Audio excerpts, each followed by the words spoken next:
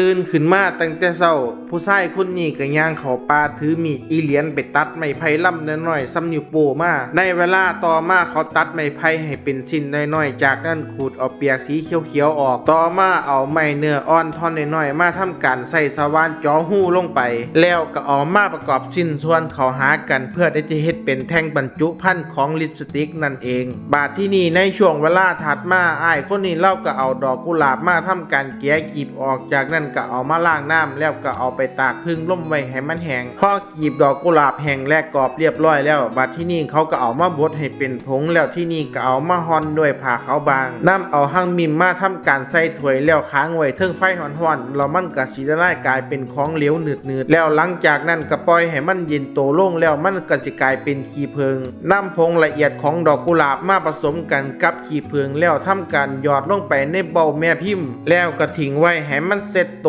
แล้วก็เย็นลงจนกลายเป็นแท่งลิปสติกในที่สุดบาดนี้นำเอาแท่งลิปสติกที่ได้แล้วมาทำการยัดเข้าไปในแท่งบรรจุภัณฑ์เอาส่วนที่คมของไม้ไผ่มาทำการขูดไปรอบๆลิปสติกเพื่อให้มันมีความกลมและแหลมส่วนปลายเพียงเท่านี้ก็สิได้ลิปสติกที่สามารถทาปากพิศพให้แดงอ่องตองได้แล้วสำหรับกรรมวิธีในการเฮ็ดลิปสติกแบบนี้ท่านผู้ชมคิดว่าสมควรที่จะกดไลค์บ่